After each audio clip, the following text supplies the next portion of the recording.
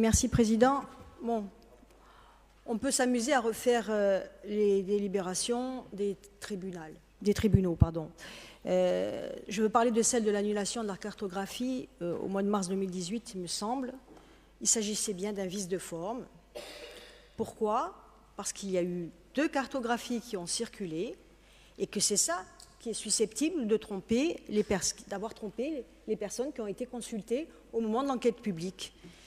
Le tribunal a bien précisé que les critères n'étaient pas touchés par le fait que cette cartographie soit tombée.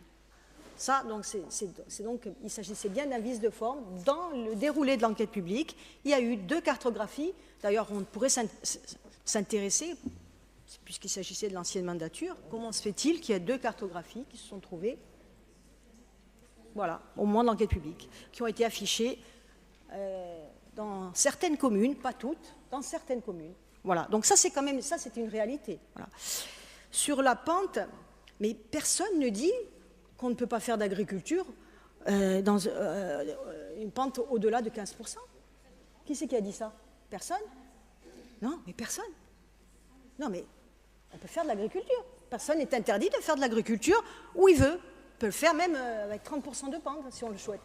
Bon, ça n'empêche pas. Par contre, si ce critère a été introduit, c'est parce que justement, il était nécessaire d'identifier des espaces stratégiques agricoles à forte potentialité pour bâtir l'autonomie alimentaire de la Corse.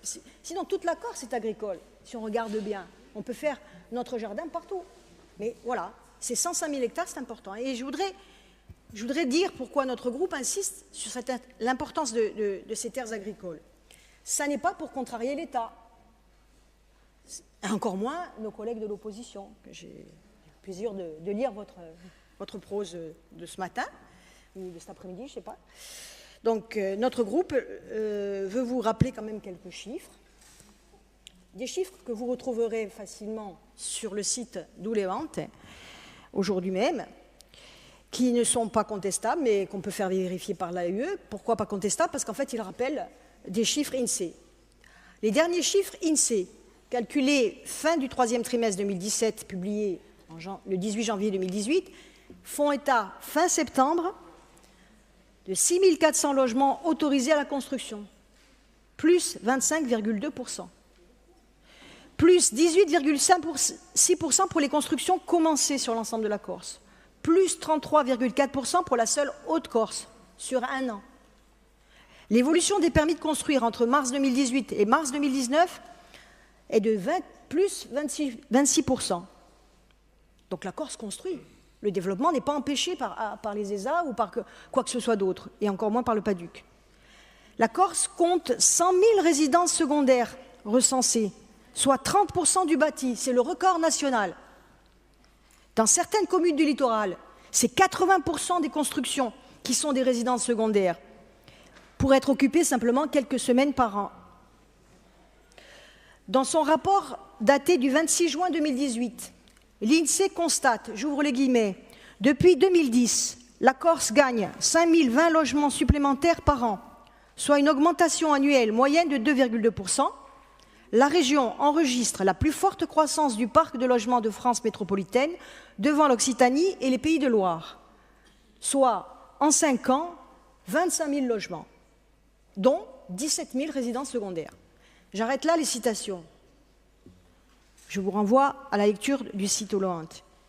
Il y a peu, le président du conseil exécutif rappelait le combat dans les années 70 de la Testa Ventimiglia, où des promoteurs, avec l'aval du Paris, projetaient la construction de 25 000 lits pour servir un tourisme de masse durant quelques semaines l'été dans un site remarquable de potentialité agricole, classé entre autres SNIEF Natura 2000. Heureusement, ce projet n'a pas pu se faire. Et le site est aujourd'hui voué à l'agriculture et à l'élevage. Mais malgré le PADUC, malgré 50 ans, malgré la lutte, cette tendance se poursuit, hélas, de manière plus pernicieuse encore. Par dizaines, voire centaines d'hectares, des terres agricoles sont consommées depuis des années. Et l'adoption du PADUC, qui a pour objectif stratégique d'enrayer cette consommation, n'a pas pu la freiner de fait du fait de la période de 3 ans qui a été octroyée pour la mise en compatibilité. Ça, c'est une réalité. Pourquoi la mise en valeur n'a pas pu se faire jusqu'ici? Parce que justement, certains restent suspendus à cette possibilité de déclassement. Ça, c'est un vrai problème, parce qu'on n'arrivera jamais à bâtir cette autonomie alimentaire si on n'arrive pas à mettre en valeur. Il ne s'agit pas de sanctuariser, il s'agit de mettre en valeur agricole, donc ces terres. Alors l'identification de ces espaces, c'est sûr, elle ne pouvait pas se faire avec précision en 2, 3, 4 ans ou 5 ans d'élaboration du PADUC. Ça, tout le monde le savait. Et bien sûr, le PADUC a prévu les mécanismes de correction pour pouvoir justement prévoir, corriger ces erreurs. Mais à la marge, pas systématiquement. Et il n'y a pas que des erreurs corrigeables du reste dans l'élaboration du PLU, y compris dans l'urbain. Les espaces verts sont nécessaires pour construire des aménagements durables, pour contribuer à bâtir notre autonomie alimentaire, pour sensibiliser le public à cette nécessité, pour construire du lien social en développant par exemple les concepts de jardins partagés, pour améliorer l'habitat, pour promouvoir une alimentation saine. 105 000 hectares, ce n'est pas grand-chose, 105 000 hectares. Ils ont été jugés indispensables pour bâtir toute cette politique. Alors leur implantation, elle n'est pas le fait du hasard non plus. C'est le fruit d'une méthode scientifique, éprouvée, pas de carte ancienne. Une méthode scientifique éprouvée, héritée de l'histoire, certes, mais aussi appuyée sur un potentiel agronomique fort, une capacité d'irrigation, un besoin de survie des générations futures. À ce stade, au stade des chiffres que je vous ai cités, faire croire que ces espaces seraient bloquants pour le développement relève, moi je vous le dis franchement, notre groupe vous le dit, de l'imposture. Il faut rappeler que sur l'ensemble des PLU existants au moment de l'élaboration du PADUC, il y avait de quoi largement tripler la population de la Corse. Non pas en HLM, mais en construction de manière étalée, hélas, en résidence secondaire aussi. Il y a de quoi largement urbaniser dans ces zones répertoriées de l'ensemble de ces documents d'urbanisme et dans l'ensemble des tâches urbaines du PADUC. Parce que le PADUC a prévu ça, des tâches urbaines existantes, même de prévoir aussi leur évolution. Donc tout ça, c'est réfléchi, c'est pas pensé, c'est pas été fait comme ça, juste pour embêter Madame la préfète ou pour embêter l'opposition. Alors pourquoi on irait chercher systématiquement la construction sur des espaces classés ou particulièrement sur les ESA? Pourquoi? Alors qu'on a la possibilité de faire ailleurs. C'est ça la question que pose notre groupe. Alors nous, on veut vous alerter sur les dangers d'une telle tendance. Le monde verse dans un besoin primordial d'auto-alimentation pour tous les pays, dans toutes les régions. Donc la nécessité de circuits courts et d'une agriculture de production à développer, à défendre, à valoriser. Il y a donc impérativement besoin de protéger les espaces stratégiques agricoles.